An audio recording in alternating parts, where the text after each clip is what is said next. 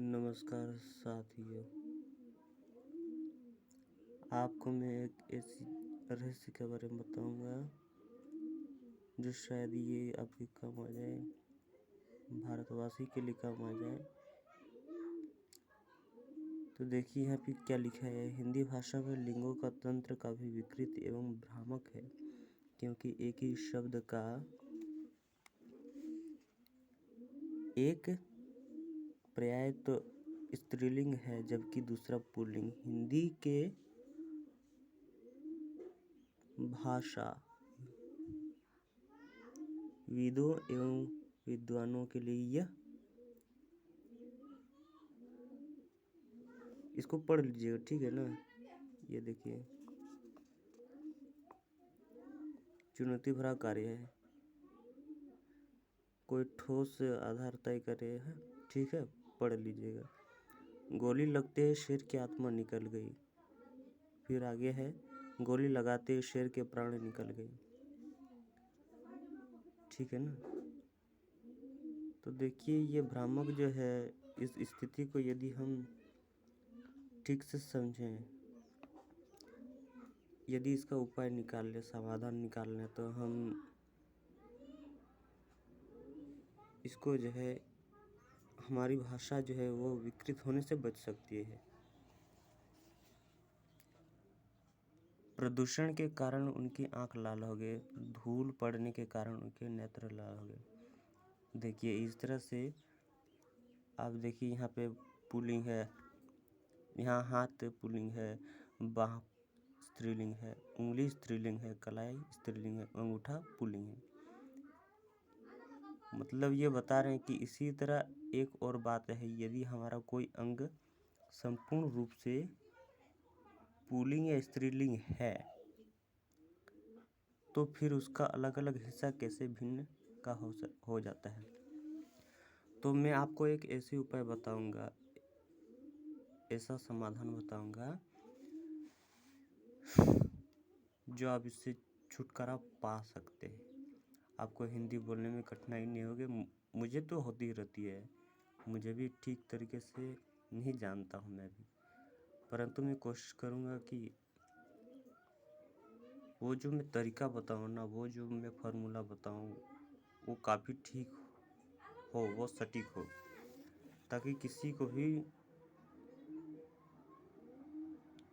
बोलने में दिक्कत ना हो। वो देखते ही, शब्दों को देखते ही वो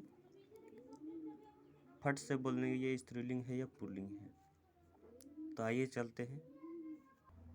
देखिए स्त्रीलिंग और पुल्लिंग पहचानने के सूत्र, स्त्रीलिंग शब्द और पुल्लिंग शब्द जो है उसको देखते ही पहचान लेंगे। जैसे देखिए रेतड़, इसको मैंने रेतड़ नाम दिया है। का ये सब 12 खाड़ी है ना। क का की कू क्री के कै को काउ कं कम कह, ये सब 12 खाड़ी हैं। ये सब देख लीजिए। इन यहाँ से का मात्रा से लेकर का विसर्ग तक इनको मैंने यंद्राई नाम दिया है। और ये जो इधर से है, मतलब पहले वर्ण जो है, इनको मैंने रेतड़ नाम दिया है। अब आगे देखिए, शब्द देखते ही लिंग की पहचान कर लेंगे आप।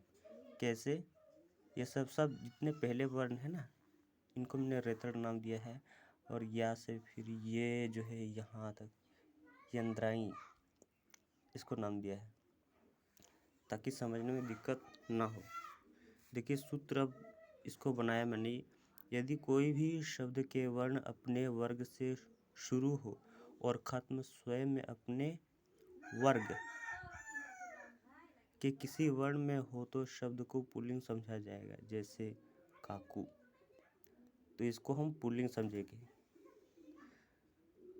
और दूसरा नियम, यदि किसी शब्द का पहला वर्ण भी और अंतिम वर्ण भी अलग अलग वर्ग के वर्ण हो तो उस शब्द को स्त्रीलिंग कहेंगे। जैसे राखी। यह हुआ पहला नियम, पहला सूत्र का पहला नियम। दूसरा सूत्र आप देखते हैं रेतड़ और यंद्राई से।